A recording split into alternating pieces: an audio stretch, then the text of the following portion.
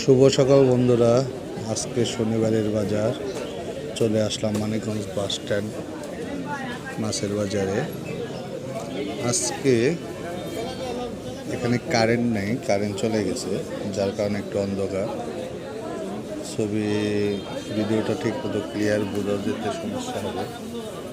দেখেন কত ধরনের মাছ এখানে উঠেছে। আজকে নদীর মাছ ছিল, যেগুলো নদীর মাছ, বিভিন্ন ধরনের মাছ, এবং মাছের বাজারটা অনেক বড় বন্ধুরা। আজকে আপনাদের মাছের বাজারটা দেখাই। এর আগে তো আপনাদের মাছের শুধু মাছগুলো দেখেছে, এবার বাজারটা দেখেন, অনেক ধরনের মাছ উঠেছে। তো সবাই দেখেন বন্ধুরা, দেখেন কত বড় কাতল মাছ, বিশাল বড় সাইজের কাতল।